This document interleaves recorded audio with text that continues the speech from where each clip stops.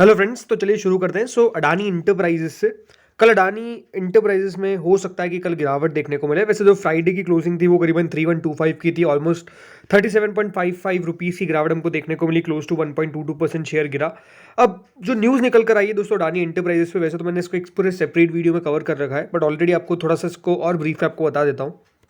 खबर के अकॉर्डिंग देखिए, यूएस प्रोब कर रहा है अडानी ग्रुप को, और जो चार्जेस लगे हैं वो करीबन ब्राइबरी के चार्जेस लगे हैं। पोटेंशियल ब्राइबरी के चार्जेस जो है वो अडानी ग्रुप के ऊपर लगते हुए हैं। और इसमें कौन है? इसमें अडानी ग्रुप के खुद चेयरमैन भी इन्वॉल्व है, जो यहाँ पर यूएस जिसकी जांच कर रहा है। इस बात का ध्यान रखिएगा, ये अभी जांच चल रही है, बट ज़रूर देखिए ये खबर नेगेटिव है, क्योंकि कोई भी देखिए यूएस एजेंसी अगर जांच कर रही है तो अपने आप में इसको नेगेटिव ही माना जाएगा, इसमें कोई दोहराई नहीं है।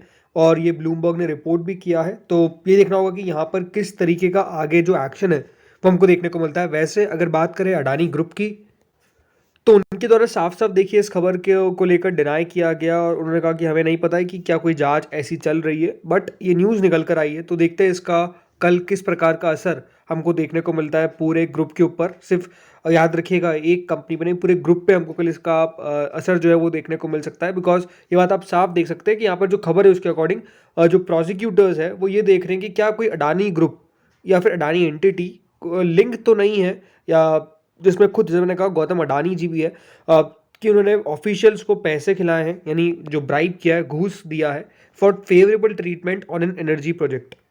राइट, एक एनर्जी प्रोजेक्ट था, उसको लेकर कुछ घूस की बात निकल कर आई है। तो उसका कल कितना असर पड़ेगा वो हमको कल पता है चलेगा बाजार के अंदर।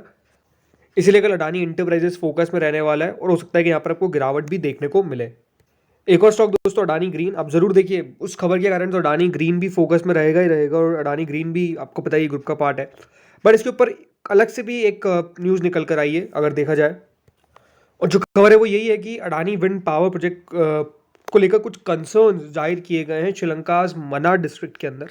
और ये जो कंसर्न्स है ये हम कह सकते हैं किसके द्वारा किए गए, ये वहाँ के लोकल के द्वारा किए गए हैं। बिकॉज इनके इस विंड पावर प्रोजेक्ट से जो एनवायरनमेंट है वहाँ का, और जो लाइवलीहुड है, उस पर असर हमको देखने को मिल रहा है। तो ये खबर दोस्तों निकल कर आई थी कब?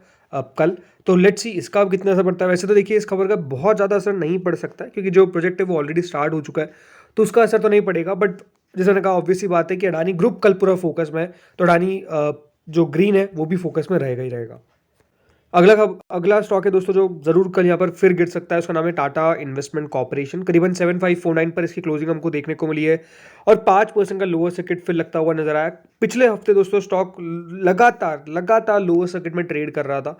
करीबन 18.55% का फॉल हमको देखने को मिला। शेयर का दोस्तों जो 52 वीक हाई है वो करीबन 9756 का है, और वहाँ से शेयर आप कह सकते हैं अब करीबन 7549 पर ट्रेड कर रहा है। तो नीचे तो आ चुका है, इसमें कोई डाउट नहीं है।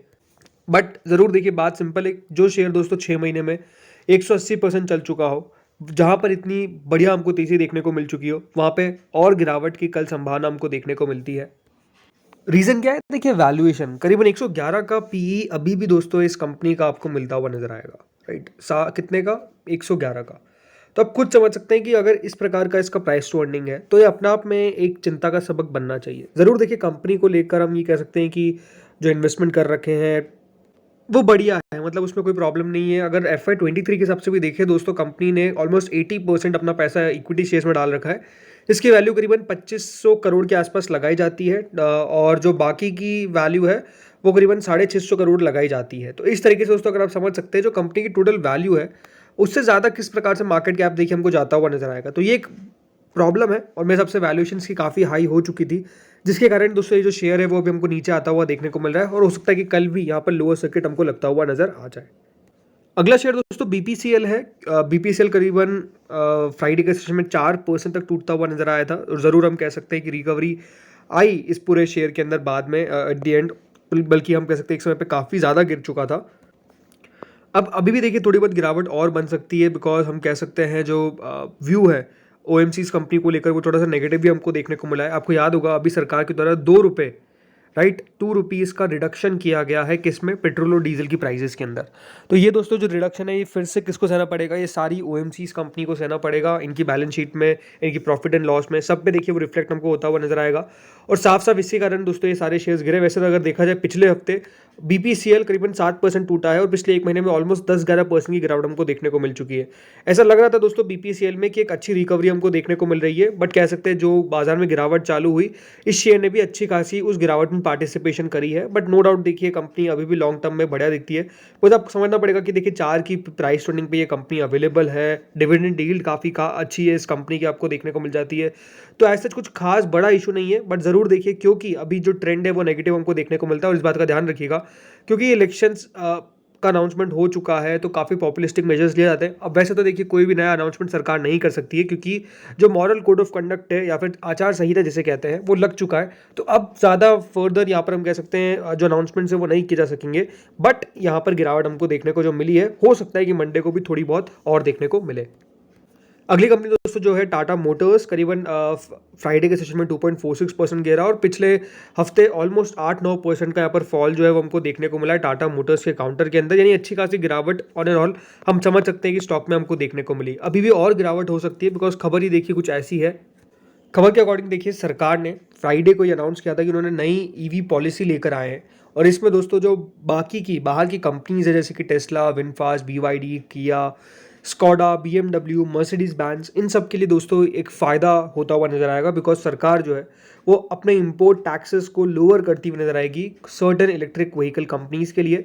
और इन कंपनीज से ये कहा जाएगा कि आप करीबन $500 मिलियन का निवेश करें भारत के अंदर for a period of around 3 years, मतलब 3 साल के अंदर अगर आप यहाँ पर रहेंगे तो आपको करीबन $500 मिलियन या फिर जिसको कहते हैं 4,150 करोड़ रुपए का निवेश भारत के बाजार में करना पड़ेगा।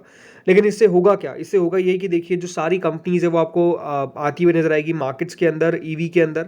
आप सबको पता ही कि देखिए टाटा मोटर्स अभी हम कह सकते हैं ईवी में लीडर है, राइट? तो उसका नुकसान पहले ही देखिए बाजार देखता हुआ नजर आ रहा है, और मेरे सबसे बाजार ने इसको फ्राइडे के सेशन में भी इसी कारण गिराया क्योंकि शेयर में देखिए रिकवरी का कहीं भी हमको आसार देखने को नहीं मिले, बल्कि शेयर्स अपने दिन के लोस पे जाकर बंद हुए, राइट? तो टेस्ला, विनफास्ट अभी देखिए आई नहीं है, बट बाजार पहले ही हर चीज़ को एंटिसिपेट करता है। और ये बात ध्यान रखिए, जैसे मैंने कहा जो मार्केट लीडर है वो ही अपना शेयर आपको खोता हुआ नजर आएगा। तो लेट्स सी होता क्या है, बट यहाँ पर गिरावट हमको देखने को मिल सकती है। अब बात करते हैं टोरेंट पावर के ऊपर। करीबन 36 रुपये की तेज़ी हमने देखी थी करीबन फ्राइडे के सेशन में, 3% तक बढ़ा, और आप देख सकते हैं स्टॉक में अचानक से एक अपमूव देखने को मिला। इसके पीछे का दोस्तों जो कारण है वो ये कि दोस्तों उनको करीबन 3,650 करोड़ का एक नया ऑर्डर मिला है। इसलिए हो सकता है कि यहाँ पे कल आपको स्टॉक में फिर जो तेज़ी है वो देखने को मिले। जो ऑर्डर है वो टोरेंट पावर को मिला है for wind solar hybrid project, जो करीबन 300 मेगावाट पावर सप्लाई का ऑर्डर है।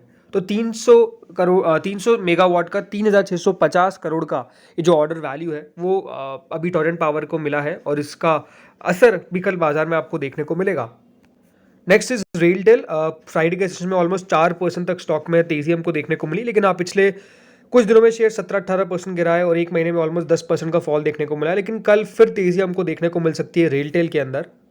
ऐसा क्यों? क्योंकि दोस्तों कंपनी को नया एक कॉन्ट्रैक्ट मिलता हुआ नजर आया जिसके कारण कल शेयर में तेजी बन सकती है।